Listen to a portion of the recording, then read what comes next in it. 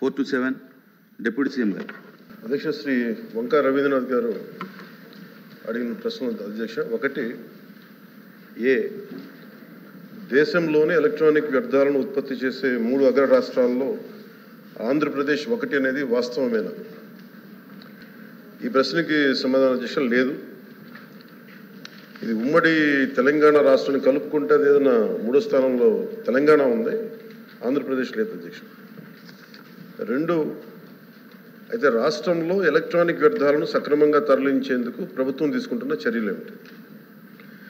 ఉత్పత్తిదారుల ద్వారా అందించబడిన దేశవ్యాప్త విక్రయాల డేటా ఆధారంగా జాతీయ స్థాయిలో ఎలక్ట్రానిక్ వ్యర్థాల ఉత్పత్తికి సెంట్రల్ పొల్యూషన్ కంట్రోల్ బోర్డు అంచనాల ప్రకారం ఆంధ్రప్రదేశ్ రాష్ట్రం 12వ స్థానంలో ఉందని పేర్కొనడం జరిగింది. దానికి అనుబంధంగా నకలు కూడా జత చేయడమైంది. భారత ప్రభుత్వ పర్యావరణ, అటవీ, వాతావరణ మార్పుల మంత్రిత్వ శాఖ ఎలక్ట్రానిక్ వ్యర్థాల నిర్వహణ నిబంధనలను తెలియజేసింది. ఆంధ్రప్రదేశ్లో 1 ఏప్రిల్ 2023 నుండి ఇప్పటి వరకు అమలు చేయబడుతుంది. ప్రస్తుతం ఎలక్ట్రానిక్ వ్యర్థాలను తరలించడం, రీసైకిల్ మరియు శుభ్రం చేయడానికి ఆంధ్రప్రదేశ్ రాష్ట్రంలో 6 ఎలక్ట్రానిక్ వ్యర్థాల రీసైక్లర్స్ వ్యర్థాల సేకరణ కోసం నమోదయ్యాయి. రాష్ట్రంలో ఉత్పత్తి అయ్యే మొత్తం ఎలక్ట్రానిక్ వ్యర్థాలను ఎలక్ట్రానిక్ వ్యర్థాల రీసైక్లర్స్ ద్వారా సేకరణ జరుగుతున్నది.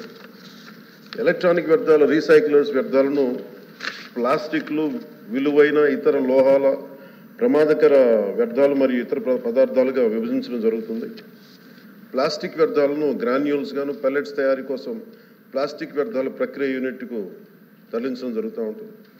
ప్రీ ప్రాసెసర్లు, కో ప్రాసెసర్లు, ట్రీట్మెంట్, స్టోరేజ్, ప్రమాదకరమైన వ్యర్థాలను తరలించే సౌకర్యం, environment protection training, treatment, storage and disposable ఫెసిలిటీకి తరలించే సౌకర్యం ఉంది అధ్యక్ష. ఎలక్ట్రానిక్ వ్యర్థాల రీసైక్లింగ్ యూనిట్ల ద్వారా విలువైన ఇతర లోహాలు సంగ్రహించడం అవుతుంది.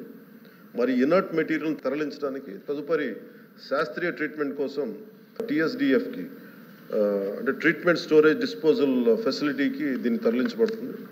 మరిన్ని వివరాలన్నీ అనుబంధంలో జత చేయండి.